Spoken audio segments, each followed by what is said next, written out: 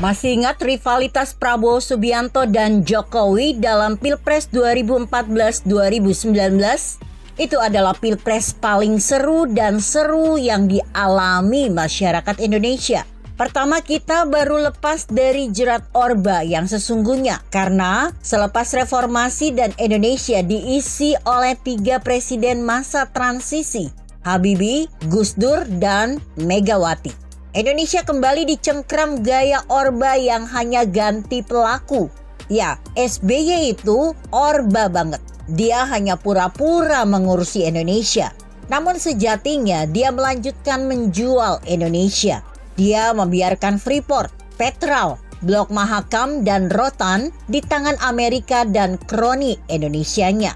Mengandalkan subsidi memenangkan rakyat, impor BBM tetap dijalankan via Petrol. Sementara kilang minyak dibiarkan rusak. Begitu juga Bulog lanjut mengimpor beras karena bendungan dibiarkan tanpa pemeliharaan dan tambahan. Ini semua demi cuan. Dan banyak lagi yang tidak dikerjakan oleh presiden yang hobi nyanyi dan mangkrakisasi. Jokowi membawa suasana baru. Dia adalah orang sipil kedua setelah Soekarno yang dipilih rakyat dengan sesungguhnya. Kalau Habibie, Gus Dur, dan Megawati hanya selingan kepura-puraan oligarki. Sebagai sweetener kaum reformasi yang juga dikadali Amin Rais. Lihat brutalnya Pilpres 2014 dan 2019 serta Pilkada DKI.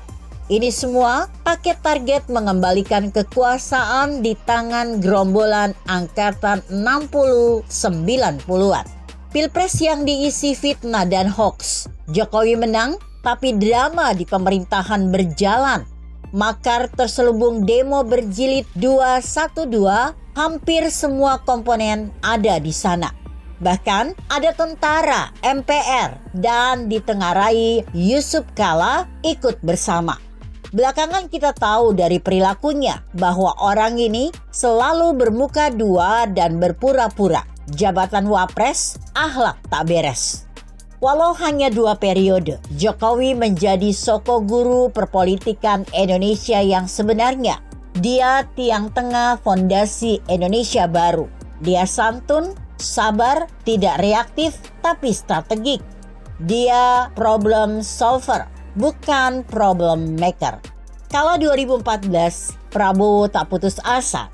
Dia yakin 2019 bisa menang versus Jokowi. Dia salah antisipasi. Kalau 2014 saja rakyat percaya Jokowi, bagaimana 2019? Karena Jokowi makin tinggi. Saat akhir 2018, kalau tidak salah, kepuasan rakyat atas kinerja Jokowi mencapai 56%. Dasar itu salah satunya yang memenangkannya pada angka 55% di Pilpres 2019. Ini fakta. Angka-angka yang melekat pada Jokowi itu asli, bukan mimpi. 2019 Prabowo kandas untuk 2 kali Pilpres. Dia makin panas saja. Jakarta hampir membara. Banyak batu bara di ambulans Gerindra. Tuhan masih sayang kepada Indonesia. Sampai akhirnya redah. Jokowi memimpin periode kedua. Prabowo masih uring-uringan. Tapi bukan Jokowi kalau tidak bisa membuat lawan mati suri. Prabowo ditarik jadi Menhan. Jabatan yang sesuai karena dia pernah di ketentaraan walau berhenti karena dipecat dengan tidak hormat. Yang penting Indonesia selamat. Prabowo bertahan di Menhan, tapi prestasinya pas-pasan. Lirikan matanya atas kekuasaan tak reda. Dia tetap melirik kesempatan bahwa kursi presiden harus bisa diraih. Untuk itulah, walau dia di kabinet, dia membiarkan Fadlizon sebagai oposan.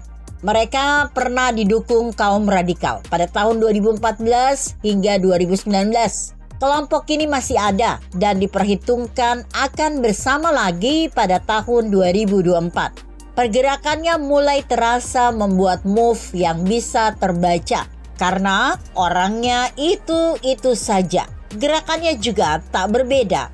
Jalur agama, fitnah, dan hoax serta teriak-teriak.